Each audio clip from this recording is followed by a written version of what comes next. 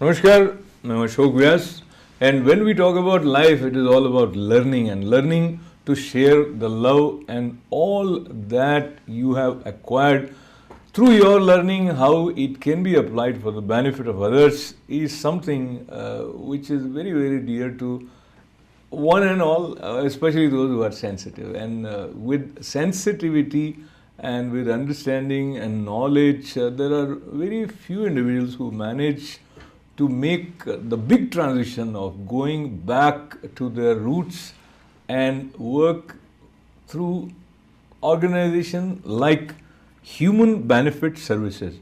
It is such a universally applicable theme, and if there is an organization by this name, it is important to know what is it that has brought this organization in terms of the people who are involved. And I have the good fortune of welcoming someone who did her doctorate and excelled in the field of diabetes, came up with something new to serve the humanity, and then moved back to India, Rajasthan village, Khichan. Chairperson of human benefit services doctor Kanti Jain ji, आपका बहुत बहुत स्वागत है हमारे साथ। नमस्कार sir. So Kanti ji, before we talk about you, let's talk about Human Benefit Services. So primarily, what is this organization focusing on? This organization focuses on three pillars. One is health, education, and women empowerment. And we are working on these three pillars. Let's talk a little bit about Khichan and what is it that led you to zero down on this area, which is near Phalodi, I believe. This western Rajasthan, especially the Phalodi area, is highly backward as regards the health, education, and also women empowerment. So we thought this will be a desert area, and here everything is very much scarce. So let's start from this area, and if our experiments are successful in this area, they can be multiplied to the other area also. So that's how we started our work in the Khichan. This Khichan is a small village. It is situated in Phalodi Tehsil, 5 kilometers from Phalodi and 130 kilometers from Jodhpur. And this village is very famous for Siberian birds, because these birds, which are known as the kurja in that language, and mostly the birds comes in the winter time and they remain there until they come around October, and they leave this place around end of March. So go ahead. So the lot of visitors comes. So that's why this small village is very famous in India. And in National Geography, you will find they always give the one of the article, and also in the TV they talk about Kurja. So Kurja or Siberian cranes, you have heard about them, and Khichan is also internationally known place because of these migrating birds.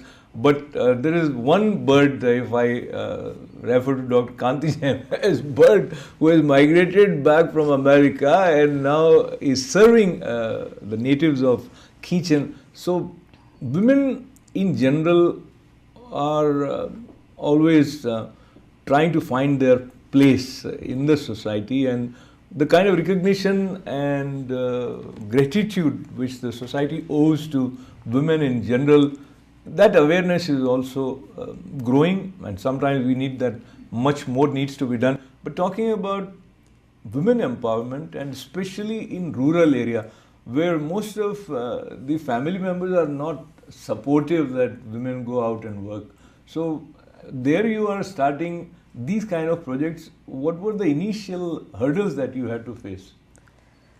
Well, I was lucky in one way, because when we started our program, this hospital and a school, so one of the women came to me and she said, "You have started a big hospital which is generally not present in rural area, and also a very nice school, but you never thought of us." So I was little bit surprised, but I said, "Yes, you are very correct. So what I can do for you?" That woman told me that if I knew, I wouldn't come to you. I will do myself. That answer was also shocking to me, but I said, "Okay, give me a week time, but meantime you do one thing for me. You are interested in doing something, but I would like you to ask other women also if they are equally interested. Then only I can think of doing something for you." And well, within a week's time, she came with a list of 150 women who showed their great interest into that they would like to do something about themselves. And mostly in that there were many widows, and also the very ladies came from a very lower community in India. That's what they are. And so I thought, well, on their request, I must do something. So initially we started a sewing classes. I thought, let me see what are their interest is, and they all learned very nicely. And initially 6-7 women came, but slowly in our center about 50 to 60 women used to come every day. Then in summer, the girls also joined this program, and I kept the 2 teachers for them and about 20 sewing machines, and these women started to work. During that period, we were working in one of the dharamshala kind of the place, but later on one of the person who was living outside the kitchen, but when he knew about this program, he donated his Haveli to us. Wow. And he said, "That's for good cause, you use this Haveli," and the picture is there. And that's how we started there. And since then, about 2,000 women who took the training for in sewing, designing, and they are using for their benefit, because once the financial condition of the women is good, they can think of many other things. And that's how we started this women empowerment. And women empowerment is key, and women empowerment is related to the perception of parents about the kind of self-image with which the girl grows. So now if we move towards your childhood, and you have had a full circle in terms of studying in India, coming to Toronto, coming to America, then going back to India, and especially in the rural area. What kind of thoughts were a part of your upbringing at family which led you to have the kind of confidence which helped you in pursuing higher studies?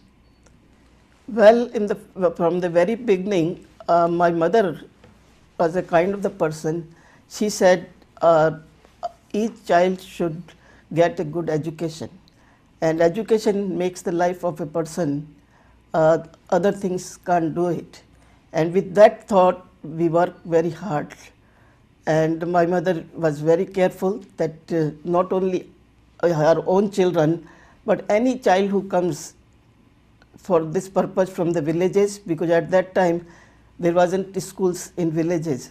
So anybody who came to Jodhpur, my mother always helped them for their studies.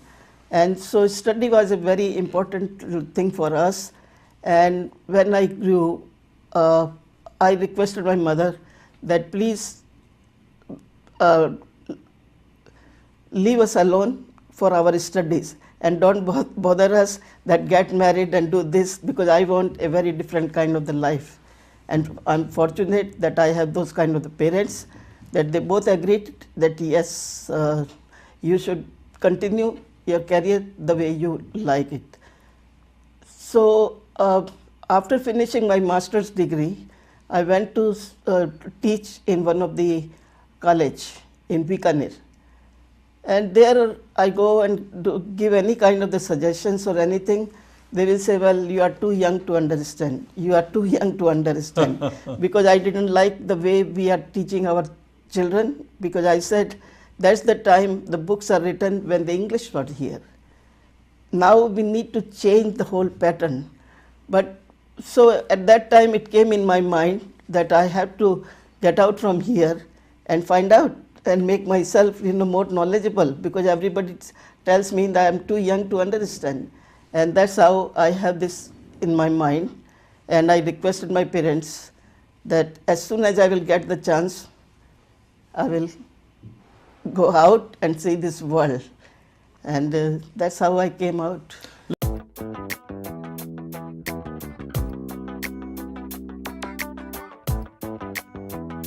We used to have this saying कि आप गुरुजी बैंगन खावे दुइयों ने उपदेश बतावे, meaning if you don't follow yourself and you tell others to do, that's what most of us are doing. We tell others that don't use smartphone, and we are actually texting them that don't use smartphone. So that kind of a situation with our environment, and that environment somehow is universal now. In India, there are so many smartphone users, but very smart people have the kind of determination which Dr. Kanti Jain has shown by willing and being open to move back to India with the kind of lifestyle that you get used to while being in New York, and you have certain position, of course, the cycle of your routine, including the money that you are making and all that.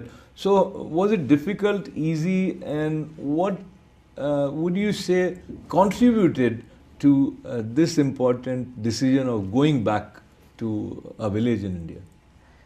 Because I thought that I'm a privileged person, and so far I have done, my parents gave me all this freedom, so I think I should share some of it to from where I came, and there are needs also. So I made this decision myself. So I'm very happy that I made this decision, and I could at least do something in that area.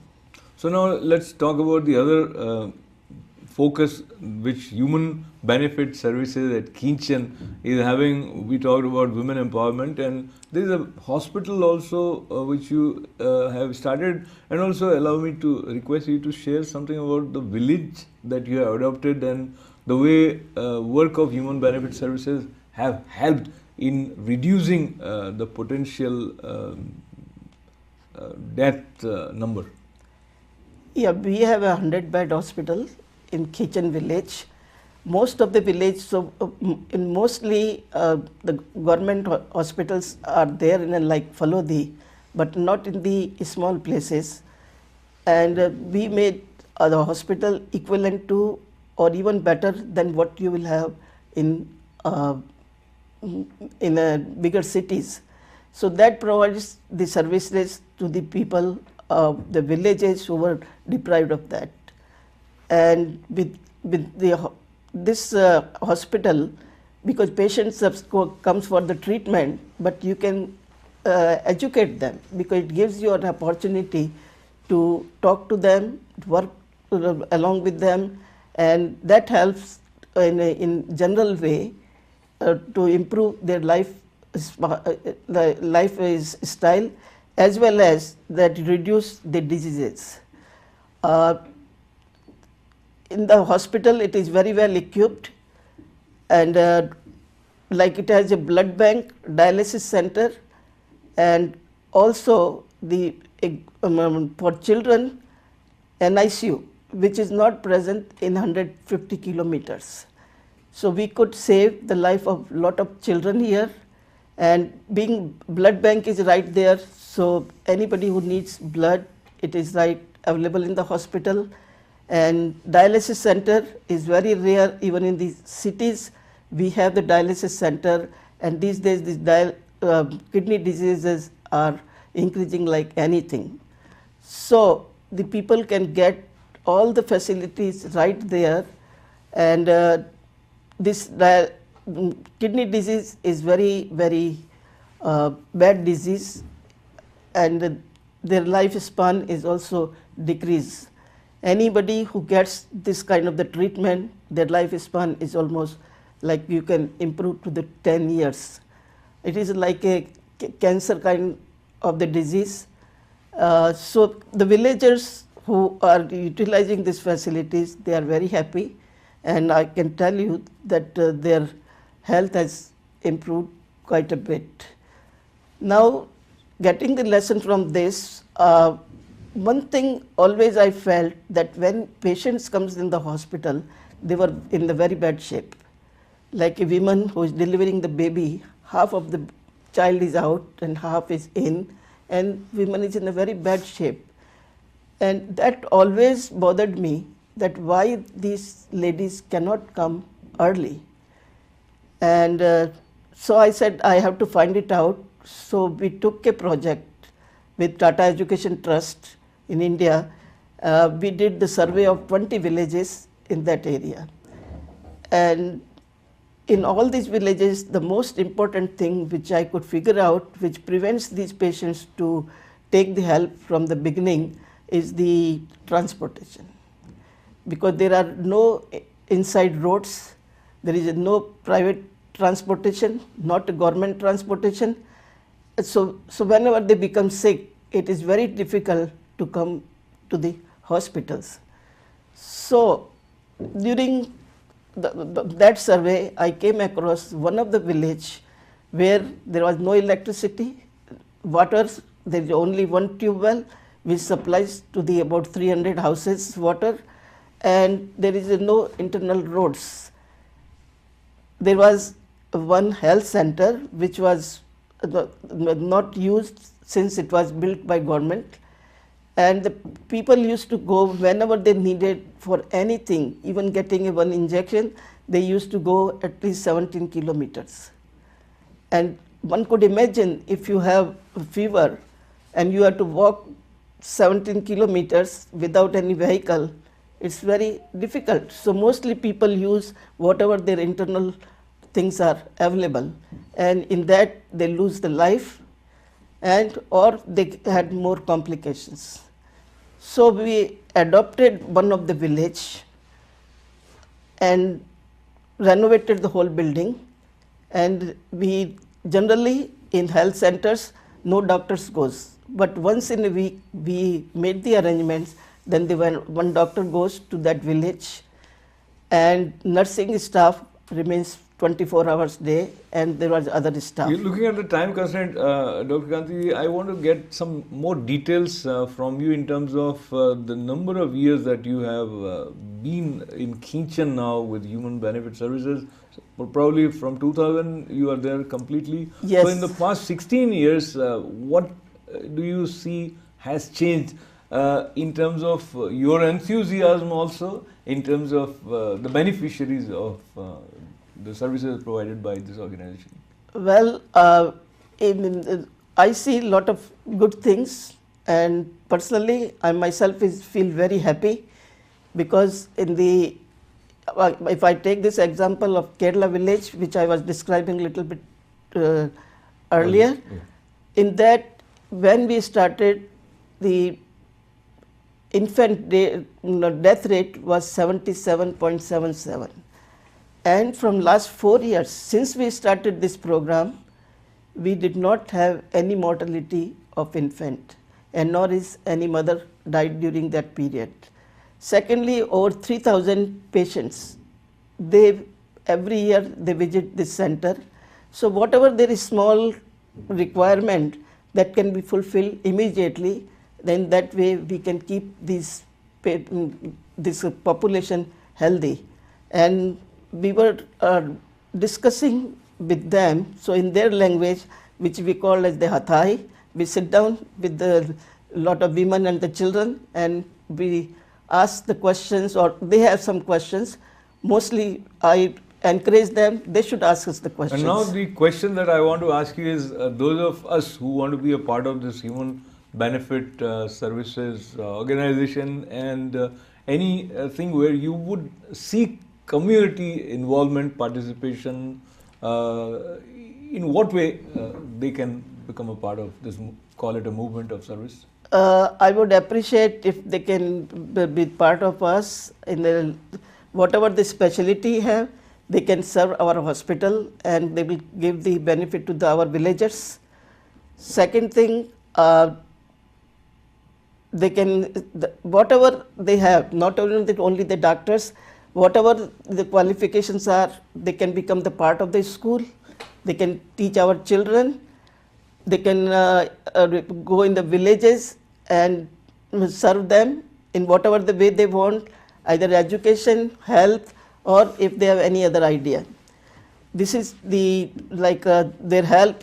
And besides that, now our school is right now is until the 10th grade, and after the 10th grade, a student doesn't know where to go, and so they go through a lot of trouble. So we plan that we should have a school which is become the 10+2.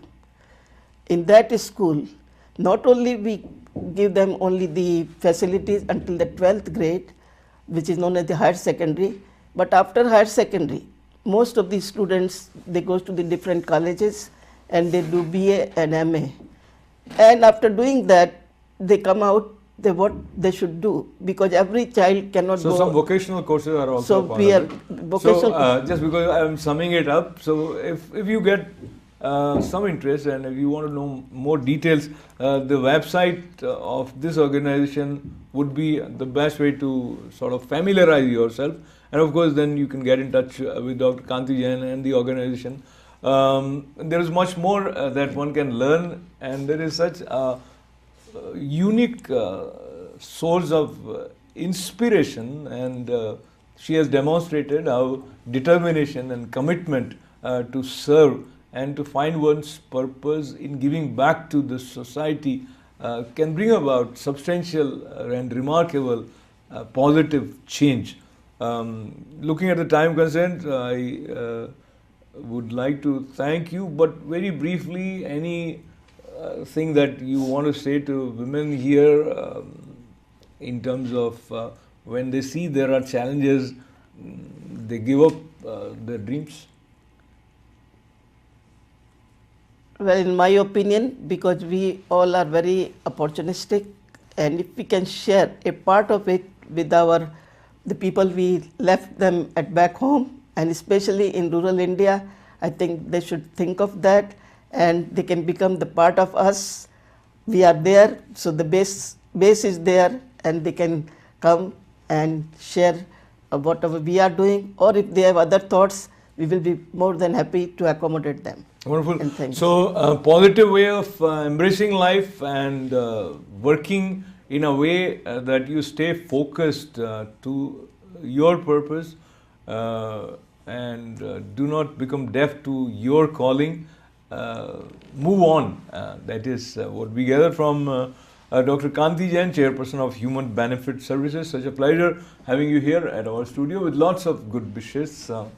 Namaskar. Thank you very much. And thanks a lot to all of you for being a part of this enlightening conversation. This is Ashok Vyas.